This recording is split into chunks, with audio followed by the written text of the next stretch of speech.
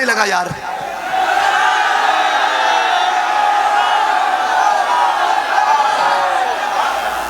और रही बात, लोग पूछते हैं कि लब्बैक वाले कहाँ हैं। मैंने कहा जनाब आला लब्बैक वाले यहाँ हैं। हम आपकी सलामती के लिए दुआ करते हैं। आप पर जब भी मुश्किल वक्त आएगा, मैं कसम उठाकर कहता हूँ ये सारे त्यारों में भाग जाएंगे, सिर्फ ये लब्बैक वाले रह जाएंगे बस।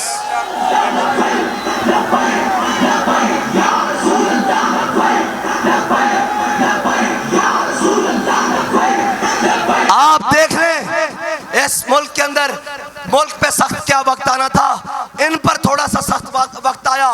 कोई 50 रुपए के स्टाम्प पर मुल्क से भाग गया, कोई भागने की तैयारी कर रहा है, किसी को जरक ब्रेक लगी वो जाकर दुबई बैठ गया, और आप और हमने रह जाना है इस मुल्क में।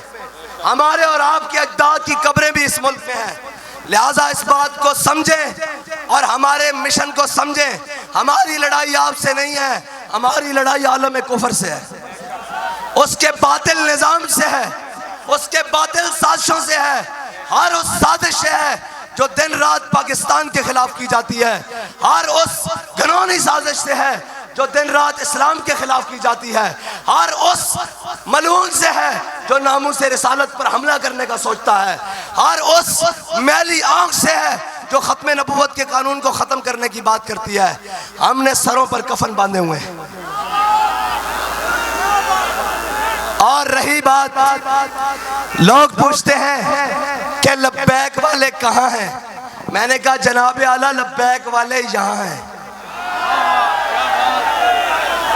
कहाँ है लब्बैक वाले, पता नहीं लगा यार।